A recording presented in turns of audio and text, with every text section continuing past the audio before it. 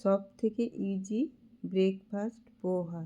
এর জন্যে কড়াইতে সরষের তেল, কাঁচা লঙ্কা, 5 ফোড়ন, নতুন পেঁয়াজ লম্বা লম্বা করে কেটে আন্দাজ মতো নুন হলুদ দিয়ে পেঁয়াজটা ভেজে নেব। এরপর পোহা কিছুটা জল দিয়ে নেড়ে চেড়ে 6-7 মিনিট ভেজে নেব।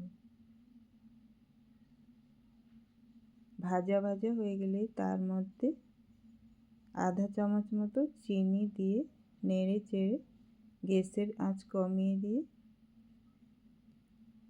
পোহাটা একটু ভাজা ভাজা হয়ে গেলে সব থেকে লাস্টে ভেজে রাখা বাদাম ছড়িয়ে নেড়ে চেড়ে নামিয়ে নেব।